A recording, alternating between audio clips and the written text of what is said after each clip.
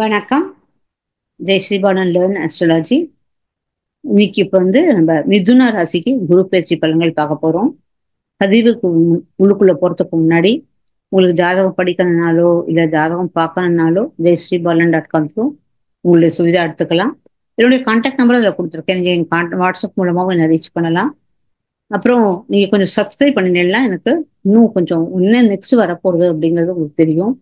எல்லாருக்குமே ஆஸ்ட்ராலஜி படிக்கணுங்கிற ஒரு ரொம்ப பெரிய ஆசை உண்டு. அதுவும் பைசா செலவழிக்காம படிக்கணுங்கிறது எல்லாருக்கும் கிடைக்கிறது இல்லை. அதுவும் நம்ம மாத்ரு பாஷையில நம்ம பேசி படிக்கும்போது ரொம்ப சரளமா நான் ஜாஸ்தி என்னை பொறுத்த வரைக்கும் எல்லாரும் சொல்றது ஜோபி படாடபம் இல்லாம ரொம்ப அழகா எனக்கு எவ்வளவு தெரியுமோ அதை சொல்லி கொடுக்கறது தான் என்னுடைய தொழில். ஸோ அது மாதிரி உங்களுக்கு சிம்பிளா ஒரு பைசா கூட எதிர்பார்க்கல உங்ககிட்ட இருந்து. ஜாதகம் கத்துக்கணும்னாக்க நீங்க சப்ஸ்கிரைப் பண்ணும்போது உங்களுக்கு நெக்ஸ்ட் என்ன வருதுங்கிறது தெரியும். நான் எல்லா டெக்னிக்கையும் சொல்லி கொடுத்து தான் உங்களுக்கு ப்ரிடிக்ஷனே கொடுக்குறேன். அதுவே உங்களுக்கு பாதி விஷயம் தெரிஞ்சிடும். சப்ஸ்கிரைப் பண்ணும்போது எனக்கு கொஞ்சம் உற்சாகம் கிடைக்கும். லைக் பண்ணணும்னா இன்னும் நல்லா கிடைக்கும். இப்போ மிதுன ராசிக்கு கேந்திராதிபதினு சொல்லக்கூடிய 7th Lord and 10th Lord உங்களுடைய ராசிக்கு பரிவர்த்தனை 14ஆம் தேதி அன்னைக்கு வாக்கிய பஞ்சாங்க பிரகாரம் பாம்பு பஞ்சாங்க பிரகாரம் இன்னைக்கு பரிவர்த்தனை ஆயிடுது. ஓகே.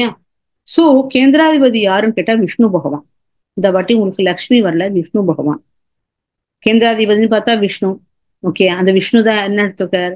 குரு வாமன அவதாரம். ஓகே. வாமன அவதாரம்னா அது நடந்தது மகரத்துலதான். ஆனா நிர்தனன் நடக்கிறது ருத்ரன் இருக்காரே, அவரும் அதே மாதிரியே காலத்துல சென்றிருப்பாரு இல்லையா? அது மாதிரியான ஒரு விஷயம் இந்த இடத்துல இருக்கிறது. இங்கேதான் திருவாதிரை நட்சத்திரத்துல குரு வரும்போது ஆருத்ர அவர் ருத்ரனாக இந்த மிதுன ராசிக்கு வராருன்னு நான் சொல்லியிருந்தது உங்க ராசியிலேயே நடக்க போறது. உங்களுக்கு 9ஆம் வீட்டுல எங்க உங்களுடைய ராசியில ராகு எக்ஸால்ட் ஆறாரோ அதே ராகு உங்களுக்கு 9ஆம் இடத்துல போய் தன்னுடைய சொந்த வீட்டுல உட்காந்துட்டு அங்கேயும் குருவோட நட்சத்திரம் இருக்கு. ஓகேயா? 2 பேரும் ஒருத்தருக்கு ஒருத்தர் சாட்சாத் பரிவர்த்தனை வேற பண்ணி பார்த்துக்க வேற போறா. 2 பேரும் பரஸ்பரம் பார்த்துக்க போறா ஒருத்தருக்கு ஒருத்தர். சோ இந்த மாதிரியான ஒரு கேந்திராதிபதி அப்படிங்கிற ஒருத்தர் உங்களுடைய ராசிக்கு வருதுங்கிறது மிகவும் பெரிய ஒரு நல்ல விஷயம். ஓகேயா? சோ இப்ப இதுல என்ன நடக்கும் அப்படிங்கிறதுனா, ஃபர்ஸ்ட் பாயிண்ட் குரு எக்ஸ்பென்ஷன். அதனால உங்களுக்கு கொஞ்சம் குண்டு போடுவேல் கொஞ்சம் ஜாஸ்தி. அது 2வது இது கம்யூனிகேஷன் ஜுவல் சைன். அதனால நிறைய புதனோட வீடு வேற, ராகு வேற எக்ஸால்டேஷன் வருது.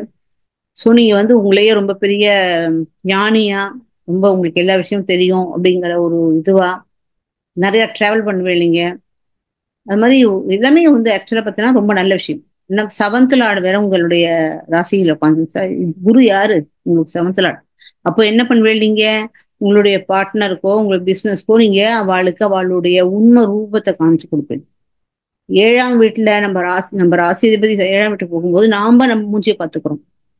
அதே 7th லார்ட் நம்ம கிட்ட வரும்போது அவளுக்கு அவ மூஞ்சி காமிக்கிறோம். என்ன அவ தப்பு பண்ணும்போது பாப்பா இதான் ஒரு ராசி, உன்ன குணம் இதுதான், உன்னை எல்லாரும் இப்படிதான் பாக்குறா, நீ இது உன்னைத்தானே வசதியா பேசியிருந்தா பிரயோஜனம் இல்லை, இதுதான் உன்னுடைய உண்மை முகம் அப்படி சொல்லிட்டு நம்மளுடைய ஆப்போசிட்ல இருக்கிறவர்களுக்கு நம்ம முகத்தை காமிக்கிறது.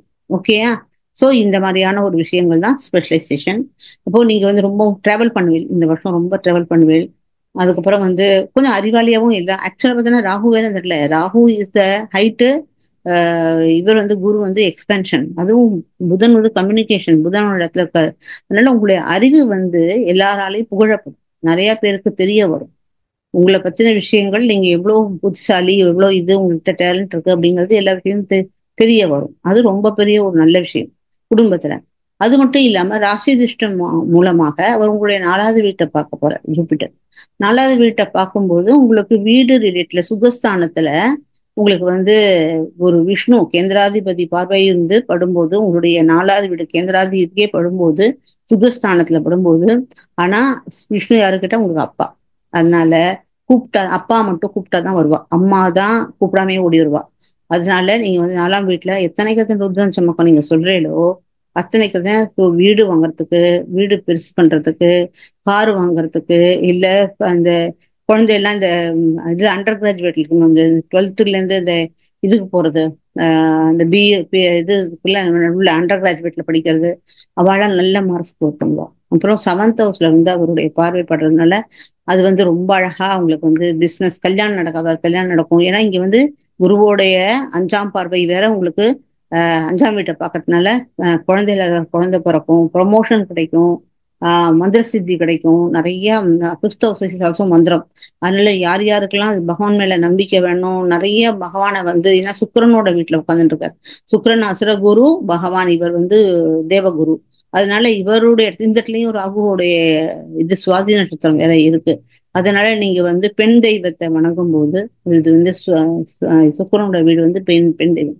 அதனால உங்க குலதெய்வத்துல இருக்க பெண் தெய்வத்தெல்லாம் நீங்க வணங்கும் போது மந்திர சித்திக்கு ட்ரை பண்ணினா உங்களுக்கு மந்திரங்கள் கிடைச்சு நல்ல உங்களுக்கு ஒரு அப் அப்லிஃப்ட் கிடைக்கும் இந்த இடத்துல உங்களுக்கு. ஓகே. ஸோ அப்போ 7th ஹவுஸ்ல பார்க்கறதுனால நிறைய ஃபாரின் டிராவல், பிஸ்னஸ், அது மாதிரி போறது, ஸ்பௌஸோட நல்ல பிணக்கம்.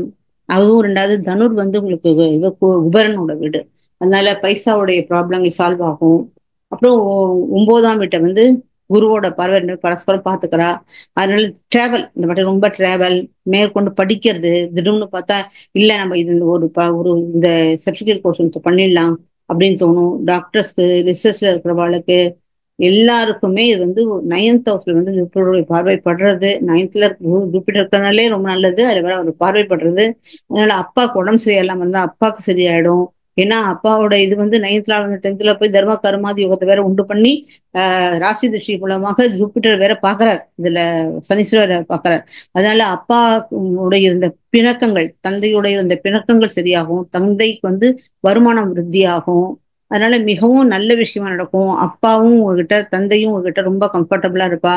ஸோ அதனால 10ஆம் இடத்துல வந்து உங்களோட தொழில் ஸ்தானத்துல போய் சனீஸ்வர பகவான் உட்கார்ந்துட்டு இருக்கும்போது வேலையோட இதுவும் நல்ல ரொம்ப அங்க குருவோட பார்வையேறப்பட்டதுனால உங்களுக்கு நல்ல விஷயங்கள் எல்லாமே நல்லதாக தான் நடக்கும்.